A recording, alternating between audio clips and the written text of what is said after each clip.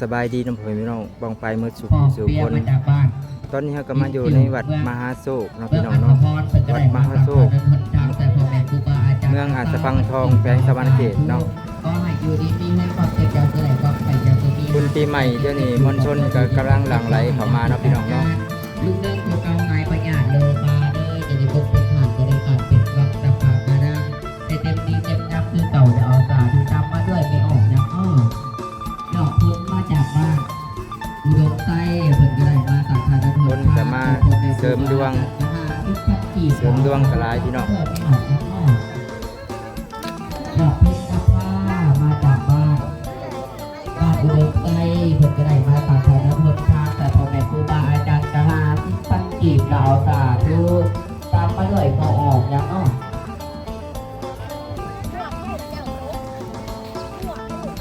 อาสาทุกข้อให้อยู่ดีมีแห้งความเจ็บยาสุดใดความไข่ยาสุมีหาเงินใจเย็นเงินดูขอบคุณดูจะเป็นสู้ขอให้นาทีการงานลุงเรื่องตัวเก่าหายพญาตโลกาเด้อปรารถนาสิ่งใดก็ขอให้ได้สิ่งนั้นสมความมุ่งมั่นสุขความมโนหวังถือว่าโปรยไฟสั่งอย่าได้มีมาต้องขอให้เงินทองหล่นเต็มทงหล่นไข่เด้ออย่าได้บกเป็นหาอย่าได้ปัดเป็นวังจับขาดการล่างให้เต็มดีเต็มงามคือเก่าจะเอาสาธุอโลกาจะเริ่มสุขจะเริ่มพอออกเป็นกะน้องสาวบุญขาบริษัททั้งหลายบุรีที่มีที่ใจใส่ศรัทธาจักมาจากแผ่นดินเมืองช้างใจพรในครูบาอาจารย์กับพ่อเห็นเกิดจะเริ่มพรมาตะขาบใจที่เด้อออกเป็นกะโยมเอาสาธุ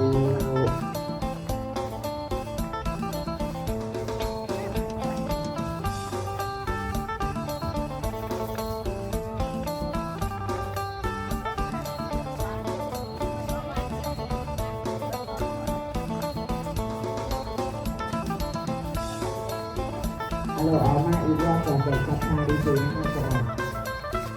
อันนี้ก็คือวัดพระวัดมหาโศกของพี่น้องมวลชนก็กำลังมาพดพญานาครถพระใหญ่พี่น้อง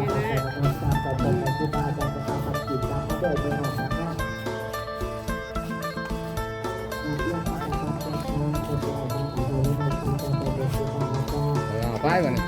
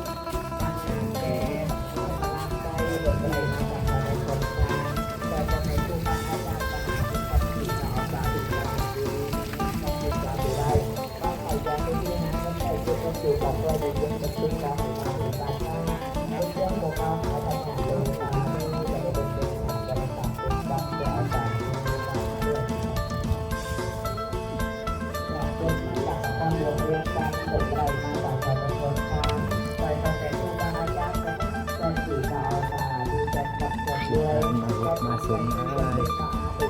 ดีมีแน่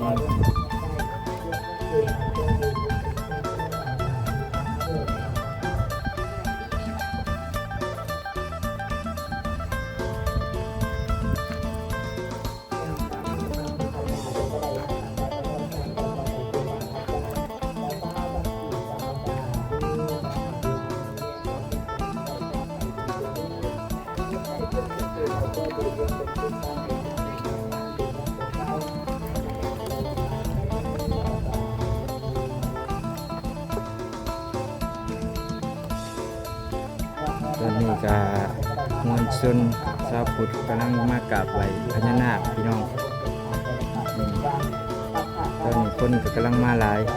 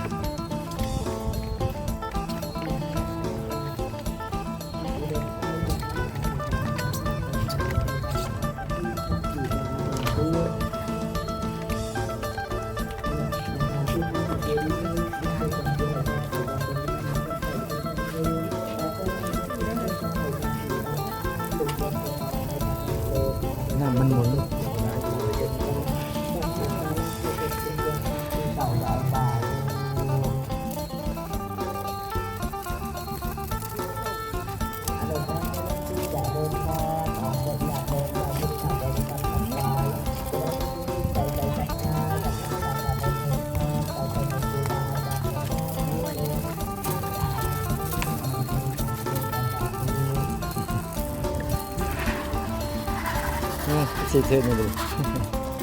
นี่ไปเลยฝึกน้ำ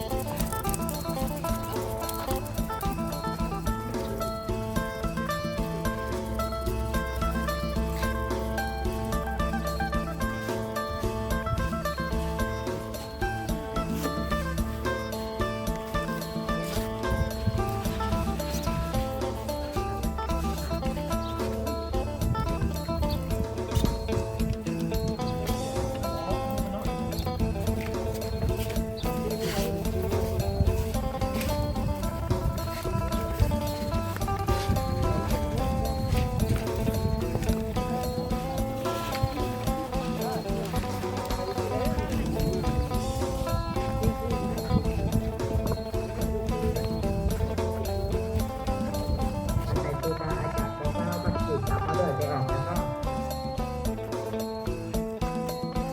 จากพบมาจากเซโนเป็นจะได้มาจากเก่าเดินหนทางแต่ตอนในครูบาอาจารย์ของเรามันจีบสาวสาธุก็ให้เจดีย์นี้แทนความเจ็บแก่จะได้ความขยันสุนีหากันได้กินกันอยู่กับตัวอยู่เป็นสุขก็ให้หน้าที่การงานลุงเรื่องของเราให้ปัญญาโลกาเด้อสาธุ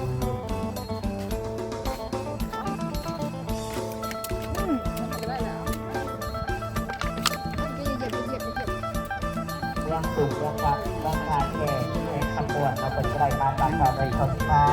คอยพ่อแม่ครูบาอาจารย์จะมาที่อื่นก็เอาสาธุตามมาเลยก็ออกจากบ้านก็ออกตอนไปมาจากบ้าน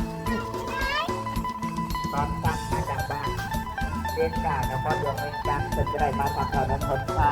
คอยพ่อแม่ครูบาอาจารย์ก็นึ่งจะขี่ก็เอาสาธุจะนำแต่ด้วยแต่ทำแต่นี้และเป็นมหาเศรษฐีที่ก่อบุญตัวตัวลูกหาเป็นใจยึดกันอยู่ของตัวอยู่จนเป็นทุกข์ขอให้หน้าที่การงานลุเรื่องของเราหายพยาธิโลกาเด้ออย่าได้บกเป็นหาจะได้บาดเป็นวังฝักขาดกระดับให้เป็นดีเป็นงามเด้อเห็นเป็นเลยเด้อสนามเป็นเป็นเอาสาธุตามมาด้วยของอยากยันมาจากบางเซโนเป็นใจมาบัดของมนต์ทางไปพ่อแม่ครูบาอาจารย์ทหารมันอยู่ดาวสาธุ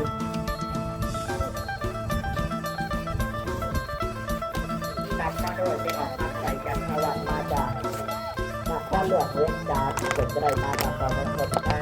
โดยพ่อแม่ครูบาอาจารย์กระแดนสาวบัญชีสาวสามีทางกำจัดด้วยทางกำจัดดีมันเป็นมหาเศรษฐีกินต่อวงลงบ่อลงหาเงินได้เงินเป็นอยู่ของว่าอยู่จะเป็นทุกข์เพราะให้หน้าที่การงานดูเรื่องของเราหายปัญญาโลกาจะได้บกเป็นขาดจะได้สารเป็นรังแต่เอาสารกลับมาเลยไม่ออกแล้วก็ไม่ออกปานทองธรรมจักรมาจากบ้านนำก้อนหลวงเป็นจะได้มาจากตอนนั้นคนทางโดยพ่อแม่ครูบาอาจารย์เป็นแดนกับพิปันจิตจะเอาสารดูขอให้ดูแห่งความเป็นยาสูได้ความขยันมีขนาดที่ท่านเป็นสู่ของตัวดูเป็นสุขจะได้บกเป็นขาดจะได้สารเป็นรังกับผ่านตาล่างให้เป็นดีเป็นงามจะเอาสารดูตามมาด้วยก็ออกอย่างว่าคำเรื่องการกำแพงเป็นจะได้มาตามแถวรถขนจ้างแต่พ่อแม่ครูบาอาจารย์จะสร้างปัจจุบันจะเอาสารดูตามมาด้วยไม่ออกอย่างพ่อไม่ออกแต่เข็ดกองดวงตะวันมาจากนครหลวงเวียงจันทร์เป็นจะได้มาตามแถวรถขนทางโดยพ่อแม่ครูบาอาจารย์จะต้องเป็นจะต้องเป็นกับเตาปัจจุบันจะเอาสารดูเพราะให้อยู่ดีมีแห่งความเจ็บยาสุได้ความไข่ยาสุมีหาเงินได้เก็บเงินอยู่ของตัวอยู่ยังเป็นทุกข์เพราะให้หน้าที่การงานปัญญาโลกาเด้อเอาสาธุตามมาด้วยไม่ออกแล้วเนาะยอมรับใครมาจากบ้านรถตะวันคนจะได้มาจากรถครอบครัวพอออกด้วยมาจากบ้านปัดพนสีแก้วเป็นจะได้มาถวายยำดอกแทงปัจจัยต่อยอด200 บาทต่อสาธุขอให้อยู่ดีมีแห่งความเกิดยาสุได้ความไข่ยาสุมีหาเงินได้เก็บเงินอยู่ขอบคุณดูจะเป็นทุกของให้การที่การงานลุงเรื่องของเขาหายพยาโลกาจะได้บุกเป็นหาจะได้ขาดเป็นยังสักขาดการรักให้เป็นดีเป็นงานเป็นอาสาคือโดยตลอดเลย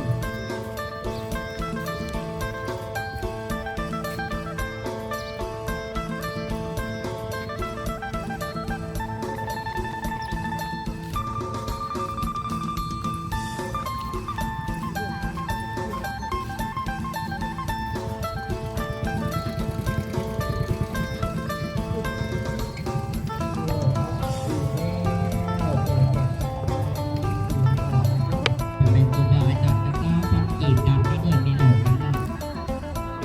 10,000 กีบนะเอา